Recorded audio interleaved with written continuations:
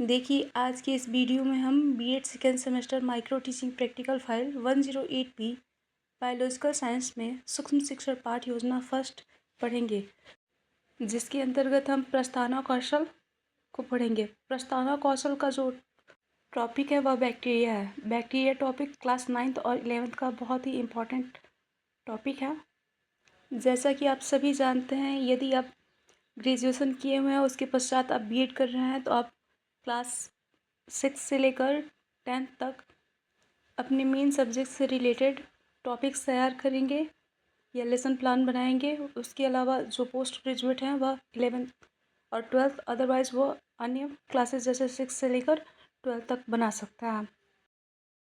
जैसा कि आप सभी जानते हैं, बीएड सेकेंड सेमेस्टर में 108B में आपको 2 फाइल बनाने होते हैं।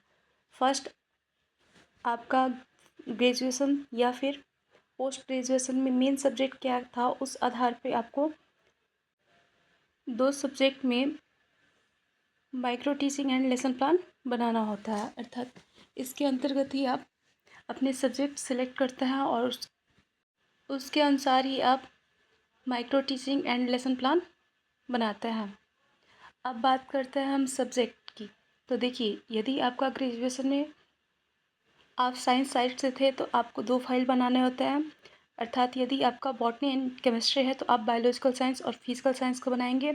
फर्स्ट सब्जेक्ट में आप बायोलॉजिकल साइंस लिखेंगे और सेकेंड सब्जेक्ट में आप फिजिकल साइंस लिखेंगे। ठीक उसी प्रकार यदि आप मैथ से थे, अर्थात ग्रेजुएशन में आपने मैथ लिया था, तो आप फर्स्ट जो आपका सब्जेक्ट होगा वह होगा, जैसा कि आप देख सकते हैं प्रथम विषय यहाँ पे लिखा हुआ है। यदि आप मैथ से थे तो मैथमेटिक्स हो जाएगा और सेकेंड जो होगा वह फिजिकल साइंस। अर्थात साइंस साइट वालों को फिजिकल साइंस वो चाहे मैथ से हो चाहे बायोलॉजी से हो, उन्हें सब दोनों लोगों को बनाना है। उसके अलावा अदरवाइज़ उनका मेन सब्जेक्ट मैथ है तो वो मैथ से बनाएंगे, यदि आप बायोलॉजी से हैं तो बायोलॉजी से बनाएंगे, जैसा कि आप सभी इस फाइल में देख सकते हैं।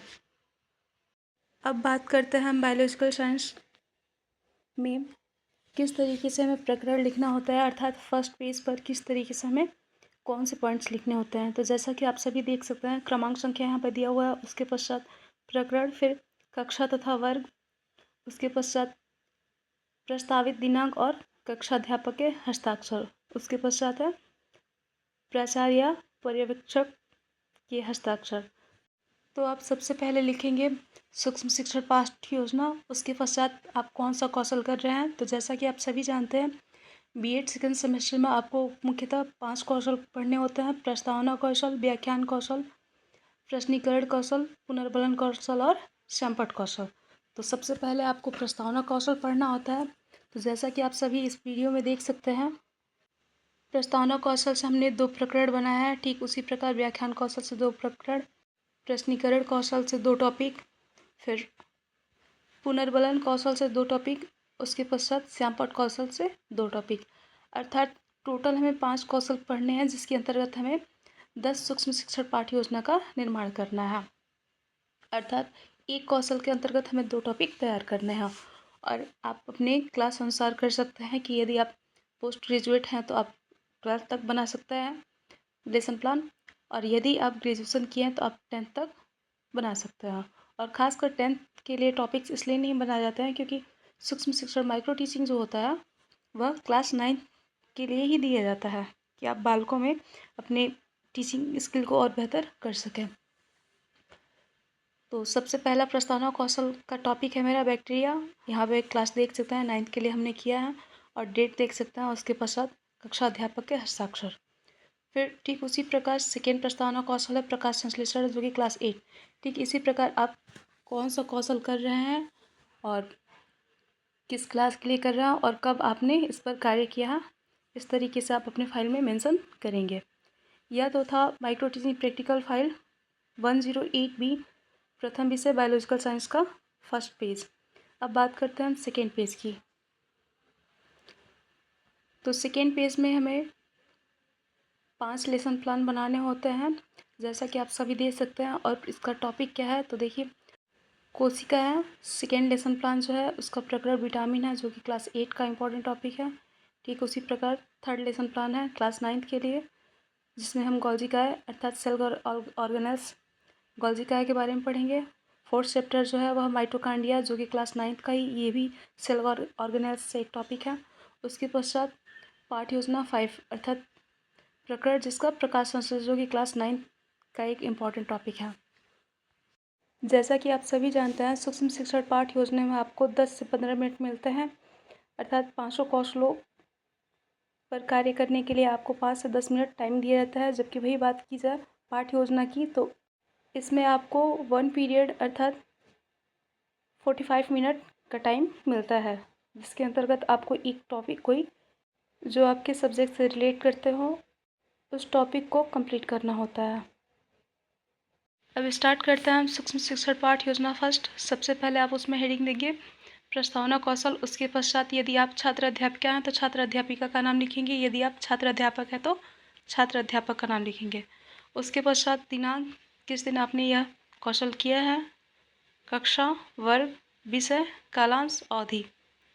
आप यहाँ पे एक और पॉइंट बढ़ा सकते हैं, विषय के पश्चात आप उपविषय लिख सकते हैं। जैसा कि आप सभी जानते हैं, क्लास 6, 7 और 8 में सब सब्जेक्ट नहीं, डिवाइडेशन नहीं होता है किसी भी सब्जेक्ट में। वही बात की जाए क्लास 9 से लेकर क्लास 12 तक, तो वहाँ तक आप सभी सब्जेक्ट में, सब सब्जेक्ट में डिवाइडेशन होता है। अर्थात यहाँ पे आप विषय के पश्चात उपविषय लिख सकते हैं कि आप जो टॉपिक तैयार कर रहे हैं वह किस उपविषय से है। अर्थात यहाँ पे अगर हमें लिखना हो तो हम उपविषय के रूप में जीव विज्ञान लिखेंगे। तो उसके पश्चात हम टॉपिक लिखेंगे, टॉपिक कौन सा है, तो बैक्टीरिया। अब बात करते हैं प्रस्तावना कौशल के घटक की। तो प्रस्तावना कौशल के कौन कौन से घटक हैं जिसके आधार पर हमें टीचिंग कराना चाहिए। तो फर्स्ट घटक को देखते हैं। तो फर्स्ट घटक होगा प्रश्नों का मूल पाठ से संबंध होना। सेकेंड, प्रश्नों का छात्रों के पूर्व ज्ञान से संबंध होना। थर्ड, प्रश्नों में क्रमबद्धता होना। फोर्थ, छात्रों में रुचि व ध्यानाकर्षण। फिफ्थ, उचित शिक्षण सहायक सामग्री का प्रयोग। नेक्स्ट, उचित समय विस्तार। सेवेंथ, छात्रों को प्रेरित करने की क्षमता। छात्राध्यापिका में उत्साह। नेक्स्ट, प्रश्न सरल व स्वाभाविक होने चाहिए। अर्थात इन सभी घटकों को ध्यान में रखकर ही हमें प्रस्तावना कौशल के प्रश्न तैयार करने चाहिए। अब बात करते हैं प्रस्तावना कौशल है क्या। तो देखिए, प्रस्तावना कौशल बालक के पूर्व ज्ञान को अग्र ज्ञान से जोड़ने का कार्य करता है। इसके अंतर्गत आपको ऐसे इस तरीके से क्वेश्चन अरेंज करने चाहिए जिससे कि बालक आपके प्रश्नों के उत्तर द्वारा आपको टॉपिक प्रदान कर सके या आप टॉपिक प्राप्त कर सके। अर्थात प्रस्तावना कौशल के प्रश्न जो होता है वह सरल व स्वाभाविक होने चाहिए, जैसा कि आप सभी घटक में देख सकते हैं। उसके पश्चात बालकों से सरल प्रश्न पूछकर आपको टॉपिक प्राप्त करना है। ऐसा नहीं है कि आप क्लास में जाएंगे और जाके कहेंगे कि बच्चों आज हम आप सभी को बैक्टीरिया पढ़ाएंगे। आप उनसे कुछ प्रश्न पूछेंगे और कुछ इस प्रकार से आप प्रश्न पूछेंगे कि आपको टॉपिक जैसे बैक्टीरिया वह प्राप्त हो सके। इसमें सभी घटकों पर आपको सही तरीके से कार्य करना है। अर्थात प्रश्नों का मूल पाठ से संबंध होना। यदि आप बायोलॉजी पढ़ाने गए हैं तो ऐसा नहीं है कि आप उसमें जाके मैथ के क्वेश्चन पूछेंगे, बिल्कुल नहीं। यदि आप बायोलॉजी से हैं तो आप बायोलॉजी से संबंधित ही प्रश्न अरेंज करेंगे। ठीक उसी प्रकार मैथ वाले मैथ से ही क्वेश्चन अरेंज करेंगे। अर्थात जिसका जो भी विषय वस्तु है आप उन सब उसके अनुसार क्वेश्चन अरेंज करेंगे। सेकेंड है कि प्रश्नों का छात्रों के पूर्व ज्ञान से संबंध होना। अर्थात ऐसा नहीं क्लास 9th में जा रहे हैं तो आप क्लास 11th या 12th से संबंधित क्वेश्चन उनसे अरेंज करेंगे, ऐसा नहीं है। आप उनसे उनकी पहले की कक्षाएँ जैसे कि क्लास 7th, 8th, 6th इन सभी क्लासेस से रिलेटेड आप क्वेश्चन पूछेंगे। उसके पश्चात आप प्रश्नों में थर्ड पॉइंट है प्रश्नों में क्रमबद्धता होना। अर्थात यदि आप एक क्वेश्चन जो है वो बायोलॉजी से उठा रहे हैं तो दूसरा क्वेश्चन आप फिजिकल साइंस से नहीं उठाएंगे, आप बायोलॉजी से ही उसी टॉपिक से रिलेट करके क्वेश्चन प्राप्त करेंगे, जैसा कि आगे आपको वीडियो में बताया जाएगा। फोर्थ पॉइंट जो इस यहाँ पे है, छात्रों में रुचि व ध्यानाकर्षण। अर्थात बालकों को इस प्रकार से प्रेरित करना है, मोटिवेट करना है, या फिर कहा जाए कि इंटरेस्ट जागरूक करने का प्रयास करना है जिससे वह अपने विषय वस्तु में अर्थात आपके टीचिंग स्किल में वह क्षमता होनी चाहिए, वह कैपेबिलिटी होनी चाहिए कि आप बालकों को अपने विषय वस्तु की तरफ आकर्षित होने के लिए प्रेरित करें। नेक्स्ट पॉइंट है उचित शिक्षण सहायक सामग्री का प्रयोग। अर्थात जैसा कि आप सभी जानते हैं कि बायोलॉजी में अधिकांश टॉपिक्स आपको बोर्ड पर या फिर चार्ट पेपर की आवश्यकता होती है, क्योंकि बायोलॉजी या फिर बात की जाए मैथमेटिक्स की या फिर फिजिकल साइंस की बात की जाए तो इसमें बिना आप चार्ट पेपर के बहुत सारे ऐसे पॉइंट्स हैं, टॉपिक्स हैं जिसे आप डिफाइन नहीं कर सकते हैं। अर्थात जो भी आपका विषय वस्तु है उसके अनुसार आप सहायक सामग्री का प्रयोग करेंगे। अर्थात यदि हमें प्रकाश संश्लेषण डिफाइन करना है तो या तो हम चार्ट पे तैयार करें या फिर हम कुछ प्लांट्स वगैरह वहाँ पे करके और बायोलोगों को उस विषय वस्तु के प्रति इंटरेस्ट जागरूक करने सहायता प्रदान करें। नेक्स्ट है उचित समय विस्तार। जैसा कि आप सभी जानते हैं, प्रस्तावना कौशल या सभी कौशलों में आपको 10 से 15 मिनट ही मिलते हैं, जिसके अंतर्गत आपको टॉपिक प्राप्त करना होता है, अर्थात अपने कौशल पर कार्य करना होता है। तो आप प्रयास करें कि 10 मिनट में ही आप अपने कौशल को कंप्लीट कर पाएँ। नेक्स्ट घटक है छात्रों को प्रेरित करने की क्षमता। अर्थात माइक्रो टीचिंग में आपको यही सिखाया जाता है कि आपको अपने विषय के प्रति बालकों में आपको अपनी टीचिंग स्किल इतनी बेहतरीन रखनी है कि बालक आपके विषय वस्तु में रुचि ले। नेक्स्ट है छात्र अध्यापिका में उत्साह। अर्थात यदि आप छात्र अध्यापक हैं तो यहाँ पे लिखेंगे छात्र अध्यापक में उत्साह। इसका तात्पर्य यह है कि आप टीचिंग कराते समय स्वयं ही उत्साहित नहीं रहेंगे किसी पॉइंट को लेकर, तो बालक कहाँ उसमें रुचि लेंगे। नेक्स्ट पॉइंट है प्रश्न सरल और स्वाभाविक होना। अर्थात बालकों से आपको, जैसे कि हमने स्टार्टिंग में ही आपको कहा कि बालकों से आप सरल व स्वाभाविक प्रश्न पूछेंगे। उसके पश्चात हम हेडिंग देंगे सहायक सामग्री। तो साइंस वाले चार्ट पेपर, चॉक, डस्टर, इन सभी सहायक सामग्रियों का प्रयोग कर सकते हैं टॉपिक के अनुसार, या फिर कुछ अदर वस्तुएं भी आप ऐड कर सकते हैं। उसके पश्चात आप लिखेंगे पूर्व ज्ञान। तो यहाँ पे लिखेंगे छात्र बैक्टीरिया के विषय में सामान्य जानकारी रखते हैं। जैसा कि आप सभी को पता है, माइक्रो टीचिंग आपसे इसीलिए करवाया जाता है ताकि आप पहले से बालकों में रुचि किस प्रकार उत्पन्न करना है, किस प्रकार अपनी विषय वस्तु की तरफ अग्रसर करना है, आपका टीचिंग स्किल और भी बेहतरीन हो सके, इसलिए माइक्रो टीचिंग कार्य किया जाता है। यहाँ पे एक एक मात्राओं को ध्यान में रख कर ही आपकी एक एक पॉइंट्स को, एक एक कमियों को सुधारने का प्रयास किया जाता है, जैसा कि आप सभी देख सकते हैं। सेकेंड पेज में सबसे फर्स्ट हेडिंग देंगे हम प्रस्तावना प्रश्न। यहाँ पे आपको क्रमांक संख्या, छात्र अध्यापक हैं तो छात्र अध्यापक प्रश्न लिखेंगे, छात्र अध्यापिका हैं तो छात्र अध्यापिका के प्रश्न। उसके पश्चात आप लिखेंगे छात्र या छात्रा कथन, और यहाँ पे आप अपना क्वेश्चन उनके विषय वस्तु से संबंधित अरेंज करेंगे। तो सबसे पहला क्वेश्चन है, हम मनुष्य तथा पेड़ क्या हैं? बालक जवाब देंगे सजीव। फिर ऐसा नहीं है कि आप सजीव से अदरवाइज दूसरा क्वेश्चन आप अरेंज करेंगे, फिर आप सजीव जो उत्तर प्राप्त हुआ, आंसर मिला है, उसी से रिलेट करके नेक्स्ट क्वेश्चन अरेंज करेंगे, जैसा कि आप सभी देख सकते हैं। ऐसे सजीव जिन्हें हम नग्न आँखों से नहीं देख सकते हैं क्या कहलाता है? बालक जवाब देंगे सूक्ष्म जीव। फिर नेक्स्ट क्वेश्चन होगा सूक्ष्म जीव कौन कौन से हैं? बालक जवाब देंगे बैक्टीरिया, शैवाल, कवक, प्रोटोजोआ, वायरस आदि। फिर नेक्स्ट क्वेश्चन होगा आपका बैक्टीरिया लाभदायक होते हैं या हानिकारक? बालक जवाब देंगे दोनों प्रकार के। फिर नेक्स्ट क्वेश्चन होगा लाभदायक बैक्टीरिया के बारे में आप क्या जानते हैं? यहाँ पे बालक मौन हो जाएंगे, अर्थात यह क्वेश्चन जो है वो उनके लिए समस्यात्मक है, तो यहाँ पे बालक मौन हो जाएंगे। तो यहाँ पे आपको टॉपिक मिल जाएगा, उसके पश्चात आप लिखेंगे बैक्टीरिया। देखिए, आप प्रस्तावना कौशल में आपको 5 से 8 क्वेश्चन अरेंज करना होता है। आप 5 भी कर सकते हैं, उसके अलावा अदरवाइज आप 8 भी क्वेश्चन अरेंज कर सकते हैं। उसके पश्चात आप उद्देश्य हेडिंग देंगे और उसमें लिखेंगे बच्चों आज हम लोग बैक्टीरिया के बारे में अध्ययन करेंगे। फिर थर्ड पेज में हम हेडिंग देंगे निरीक्षण तालिका। निरीक्षण तालिका में जो कौशल के घटक हैं उस पर आपने सही से कार्य किया है या नहीं किया है, उसका निरीक्षण आपके सहपाठी तथा आपके निरीक्षक करते हैं।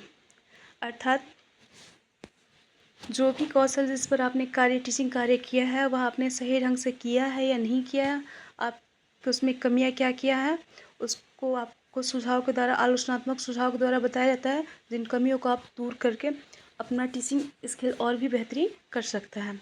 जैसा कि आप सभी देख सकते हैं, स्टार्टिंग पे जो घटक बताए गए थे वहाँ पे आपको इंस्ट्रक्शन दिया जा रहा था कि आपको इन सभी बिंदुओं को ध्यान में रख कर ही प्रस्तावना कौशल के प्रश्न तैयार करने हैं। लेकिन निरीक्षण तालिका में आप उन सभी घटकों पर आपने कार्य किया है या नहीं किया है, इसका निरीक्षण किया जाता है।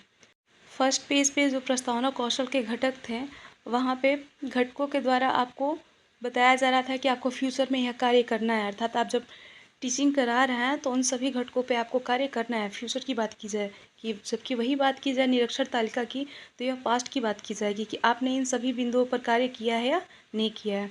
अब एक-एक करके यहाँ के सभी घटकों को हम देखेंगे।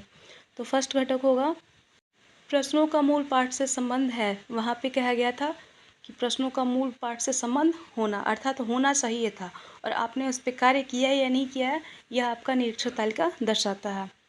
सेकेंड होता है प्रश्नों का छात्रों के पूर्व ज्ञान से संबंध है। थर्ड होगा प्रश्नों में क्रमबद्धता है। फोर्थ होगा उचित शिक्षण सहायक सामग्री का प्रयोग हुआ है। फिफ्थ होगा छात्रों में रुचि व ध्यानाकर्षण है। सिक्स होगा उचित समय का विस्तार हुआ है। सेवेंथ होगा छात्रों को प्रेरित करने की क्षमता है। आठवां होगा छात्रा अध्यापिका में उत्साह है। नौवां प्रश्न सरल व स्वाभाविक है। उसके पश्चात आप देख सकते हैं क्रमांक संख्या घटक और उसके पश्चात मापनी, अर्थात मापनी का प्रयोग हम 3 भी कर सकते हैं, 4 भी कर सकते हैं और 5 भी कर सकते हैं। जैसा कि आप सभी देख सकते हैं मापनी में फर्स्ट है निम्न, उसके पश्चात सामान्य, फिर उत्तम और अति उत्तम। अर्थात निरीक्षण जो आपके सहपाठी होंगे वह निरीक्षण करेंगे कि आपका जो टीचिंग स्किल था वह कितना था, निम्न था, सामान्य था, उत्तम था या अति उत्तम था, जैसा कि आप सभी देख सकते हैं। और आपका निरीक्षण करने के पश्चात आप कि मापनी के द्वारा आपको इंडिकेट करेंगे कि आपका टीचिंग स्किल कितना बेटर था। उसके पश्चात कुछ आलोचनात्मक सुझाव होंगे, अर्थात स्टार्टिंग में जब भी कोई टीचिंग कार्य करता है या फिर माइक्रो टीचिंग का कार्य ही यही है कि आपकी कमियों को दूर करके उसे सुधारना। तो जब भी आप बोर्ड पे खड़े हो रहे हैं तो किस तरीके से खड़े हो रहे हैं और अदरवाइज़ क्या क्या कमियां हैं, आपकी आवाज़ बालकों तक सही से पहुंच पा रही है, नहीं पहुंच पा रही है, आप बालकों को समझाने में सक्षम है या नहीं है, इन सभी बातों को ध्यान में रखकर ही निरीक्षण कार्य किया जाता है। तो आलोचनात्मक सुझाव में देख सकते हैं श्यामपट्ट पर कार्य है जो आप अच्छे ढंग से कीजिए तथा बोर्ड के पास 45 डिग्री पर खड़े रहिए, अर्थात आप बोर्ड पे जब भी जा रहे हैं तो 45 डिग्री पे ही आपको खड़ा होना है। अदरवाइज़ आपको ऐसा नहीं करना है कि पूरा बोर्ड ढक लेना है। इस तरीके से आपका आलोचनात्मक सुझाव और भी हो सकते हैं यदि आप में कुछ कमियां हैं तो। उसके पश्चात आपके सहपाठी हस्ताक्षर करेंगे और डेट लिखेंगे। डेट लिखा भी जा सकता है, नहीं लिखा है क्योंकि स्टार्टिंग में आपने दिनांक लिख दिया है, तो यहाँ पे कोई कंपल्सरी नहीं है कि आप डेट लिखें। उसके पश्चात आपके जो कक्षा अध्यापक होंगे वह आपका निरीक्षण करेंगे कि आपका जो टीचिंग था, माइक्रो टीचिंग था, वह आपने सही से किया है या नहीं किया। उसके पश्चात निरीक्षण होगा। इस तरह से प्रस्तावना कौशल का फर्स्ट टॉपिक कंप्लीट होता है। आई होप आप सभी लोगों को समझ में आया हो।